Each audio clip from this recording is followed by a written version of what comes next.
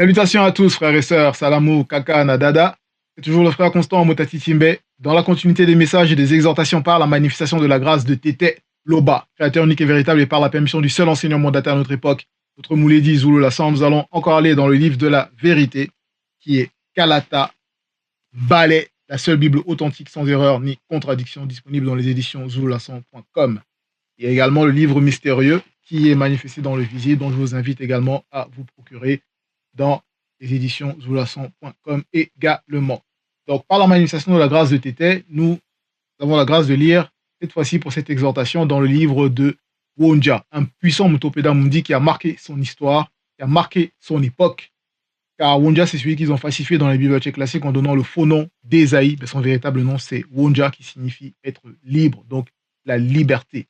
Et ici, justement, par rapport à cette exhortation, nous allons aller dans le chapitre 3 du livre de Wonja, du verset 1 jusqu'au verset 16, et nous allons lire euh, ce passage dont le titre est Anarchie au royaume de Soma. Donc ici, Wonja, ça signifie libre, comme j'ai dit, la liberté. Et là, on va parler ici d'un peuple, c'est-à-dire d'une partie du peuple non initié, c'est-à-dire donc des Noirs qui ne marchaient pas qui ne marchent pas entièrement selon la vérité, qui émane du verbe de Loba, mais qui, à cause de leur désobéissance, à cause de leur rébellion, entrent ainsi dans l'anarchie. Et sans cela, l'anarchie au royaume de Soma. Et ici, Wonja, dont le titre de son livre est Prise de contact et vision du futur, donc c'est un Mutopeda Mundi, donc il parle de la part de l'esprit, qui parle de la part du Mundi supérieur, par l'assistance du Mutatedi, donc qui est l'entité qui guide et qui intronise les initiés. Wonja, donc, il va, le plan spirituel du grand ordre des choses prend contact avec Wonja et il manifeste donc des visions. Donc, il voit selon la vérité, donc selon le plan spirituel du grand ordre des choses, par Mutateti. Et c'est en cela ici que il va prophétiser. Et cette prophétie commence au chapitre 2 de son livre où c'est écrit prophétie issue de moi, Wonja, fils de Nginya Mulema. Donc Wonja, c'est le fils de Nginya Mulema, par Mutatedi, entre parenthèses, l'entité, sur Soma, ce qui vont dire Juda, par rapport aux traductions, et Longanapi, donc Jérusalem. Et il faut savoir que ce soit Juda ou ils vont dire Jérusalem, ça se trouvait à Ouassé, Moutonga, donc l'Afrique centrale, et non pas où il veut faire croire en Palestine ou voilà là-bas dans ces territoires où il y a actuellement des blancs et des sans-mêlés. Mais c'était à Ouassé, Moutonga, donc en Afrique centrale, dans le territoire, dans la région où il y a le territoire actuellement appelé le Cameroun. Et donc, Wonja ici prophétise donc par rapport à Soma et Longanapi, par rapport à des faits, des œuvres abominables qui sont dans l'anarchie, issues de l'anarchie. Parce que l'anarchie, il faut savoir, pour ceux qui ne savent pas, donc c'est issu d'une absence de régulation, d'une absence d'autorité, d'une absence de règles, vous voyez, donc de l'absence d'ordre, d'un ordre établi. C'est pour ça que Wonja ici va parler pour exposer cette anomalie, pour exposer ces comportements qui ne sont pas selon l'ordre établi, donc du grand ordre des choses. Donc, exposer cette anarchie. En cela, Wonja, il va exposer donc le comportement des non-initiés. Ici, au verset 1, il dit Mundima Beko qui s'est dit, donc qui est l'entité des châtiments en charge du domaine de la nature, qui est une entité redoutable, et quand cette entité se manifeste, là, c'est qu'il y a le jugement qui va frapper, qui va se manifester. Mundima Beko qui s'est dit, virgule, va ôter de Longanapi et de Soma tout appui et toute ressource, virgule, toute ressource de pain et toute ressource d'eau. Donc on voit ici que Mundima Beko qui s'est dit va se manifester. Donc il y a une action qui va être manifestée par cette entité redoutable. Et en cela, tout appui, ça va représenter quoi? C'est comme on peut voir même par rapport à l'armée, ceux qui vont en mission en guerre, ils vont même parler d'appui logistique, de ressources par rapport à des soldats qui vont se manifester pour aller en guerre, pour pouvoir défendre le territoire, et cetera. Et aussi les ressources de pain, donc voilà, que ce soit l'alimentation, que ce soit les réserves, voilà, les récoltes, ça sera en déficit. Et toute ressource d'eau également, que ce soit les points d'eau, d'approvisionnement, toute l'alimentation va être comme gelée, donc ça va être bloqué. Ça va être bloqué, ça va être ôté, ici comme il est précisé dans le verset. Donc ici, au verset 2, Wonja, il rentre plus en profondeur par rapport à cette prophétie. Et en profondeur, ça veut dire quoi? Donc il va dire, exposer ce qu'il y a derrière les ressources, les appuis concernant le peuple.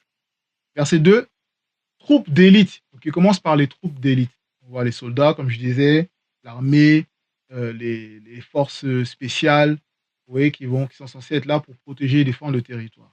Et simples hommes de combat spirituel, virgule, parce que le combat est premièrement spirituel, avant qu'il se manifeste physiquement. Parce que derrière chaque chose, il y a un esprit. Et le spirituel vient en premier. Virgule, le juge est le faux prophète, virgule, le devin est l'ancien non initié. Donc l'ancien non initié ici, c'est toujours c'est le noir qui est ancien, donc il y a cette ancienneté qui est là depuis longtemps, qui est censé être le garant. On va voir plus en profondeur par la suite. Donc ici, il y a donc un ordre établi. Les troupes d'élite, les simples hommes de combat, le juge, donc celui qui est censé manifester donc la justice, juger selon la droiture, l'équité, mais qui ne le fait pas. Le faux prophète qui est censé apporter la nourriture spirituelle, qui est censé justement prévenir le peuple, comme Wonja ici le fait, en donnant de véritables prophéties, de véritables visions, mais lui c'est un faux parce qu'il est corrompu. Le devin, donc c'est celui voilà, qui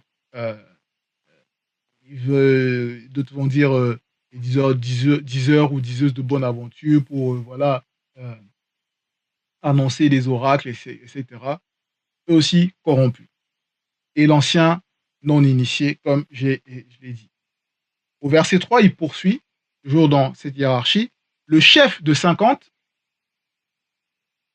et le magistrat, virgule. Le chef de 50, pourquoi? Si on prend l'exemple par rapport à ce qui s'est même passé autrefois, au temps de Bé, ceux qui vont dire Élie dans les bibliothèques classiques, donc Kinyebeba, c'est-à-dire 2 Rois, chapitre 2, verset 1, où il est question d'un officier, c'est-à-dire par rapport au roi Bambé, qui avait succédé au roi Mola, son père, mais Bambé qui faisait aussi qui faisait encore plus n'importe quoi, ou aussi n'importe quoi que son père, par rapport au poste qu'il avait en tant que roi, mais certes, mais étant non initié, un roi non initié, donc il faisait ce qui était mal. Et il a voulu faire arrêter donc Bé, le Mutopeda Mundi, en envoyant donc un officier avec 50 hommes pour aller voir Bé, pour essayer de l'arrêter.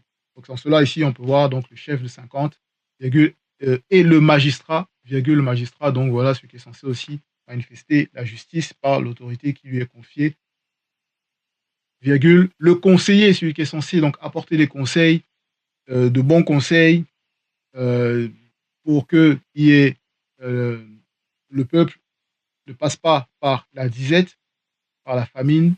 On va voir même par rapport à l'exemple de Kolaïta plus tard. L'artisan, donc l'artisan distingué et l'expert en sorcellerie. Point. Donc l'artisan distingué, c'est-à-dire des artisans eux-mêmes qui vont peut-être faire des sculptures, que ce soit l'ornement ou des monuments qui vont être utilisés pour des cultes abominables aux démons, aux fausses divinités, vous voyez. Et l'expert en sorcellerie, là c'est le haut grade par rapport à la sorcellerie, à cette époque-là, donc des véritables sorciers donc, qui étaient là pour toujours faire le désordre, amener le désordre à cause de les portes ouvertes et la possession démoniaque. Comme on peut voir dans Lévitique, donc ils vont dire Lévitique, mais c'est Lévitico, donc le véritable nom, donc c'est Bélé, dans la langue originale qui est dans l'ancien, chapitre 13, verset 11, où il est strictement interdit de pratiquer ces choses, où il est dit ne pratiquez pas la sorcellerie, virgule, magie, ni la divination. Parce que la sorcellerie, ceux qui pensent être fiers de se dire ouais, être sorcier, mais vous ne comprenez pas la profondeur abominable que de se dire être sorcier, parce que la sorcellerie même déjà à la base, c'est quoi? C'est les démons. Les démons sont la sorcellerie. Donc en cela, ceux qui deviennent sorciers, ce sont ceux-là qui ont leur totem, donc leur guide occulte, donc les démons qui les possèdent, donc c'est la cohabitation occulte. Donc en cela, c'est des sorciers. Vous voyez? Et ni la magie, parce que là, derrière, il y a les démons religieux, démons scientifiques qui, euh, qui agissent aussi, ni la divination, parce que derrière, il y a aussi les démons python qui agissent pour, voilà, euh, toujours amener des fausses doctrines, des fausses visions, voilà, des fausses prédications. En cela, c'est interdit.